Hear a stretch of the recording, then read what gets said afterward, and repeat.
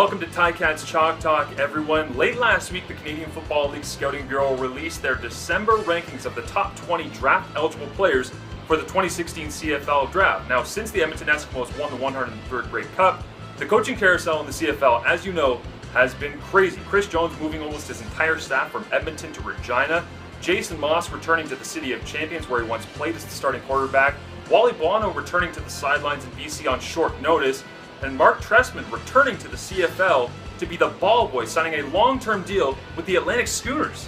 One or more of these coaching moments may not have happened. Point being, once the coaching staffs do settle down and actually find out who they're working with, they will quickly turn their attention to free agency and to planning the CFL Draft. Now, the Ticats, they're likely going to have some holes to fill, as they have as many as 31 players left unsigned at this point. Now, who could they look at? Let's take a look at the receivers first and foremost. It is a four-part series, but we start with the pass catchers. At the receiver position, the Ticats have two tiers of national depth. Andy Fantuz is an elite Canadian talent with 39 career touchdowns, but he is a free agent. He is joined in free agency by Giovanni Aprile, a second-year national from Queen's University, who has yet to be able to cement himself in the lineup since being traded to Hamilton from Winnipeg in exchange for defensive back Matt Buckner in 2014. Depending on whether Fantuz looks elsewhere and what the team decides to do with Aprile, this year's crop of Canadian talent could present solid alternative options. Number one overall prospect Tavon Smith from Toronto will be long gone after an outstanding senior season with the Iowa Hawkeyes, catching 30 balls for 546 yards and 3 touchdowns for an Iowa team making a Rose Bowl appearance on New Year's Day. Smith has the potential to influence defenses similar to a Shamad Chambers or a Darius Bowman, but don't expect to see him in black and gold come opening day 2016. Joanne Brascason of Northern Illinois is an interesting prospect at the 12th spot on the CFL Scouting Bureau rankings. Brascason played with now Eskimos backup quarterback Jordan Lynch during his college days. The 6'4", 230-pound slotback could supply some much-needed size over the middle for the Cats when they pick 5th overall in the first round.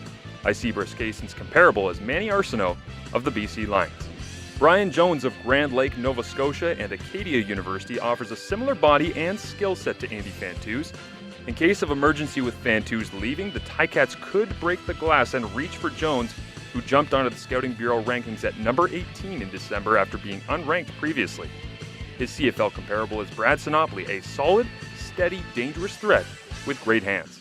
Levi Noel ranks one spot ahead of Acadia's Brian Jones in the December rankings, and behind Tavon Smith offers the best Canadian athlete at the receiver position. After spending some time with the University of Toronto, Noel spent 2015 with the Windsor AKO Fratman of the Canadian Junior Football League, helping Windsor to a perfect 8-0 record.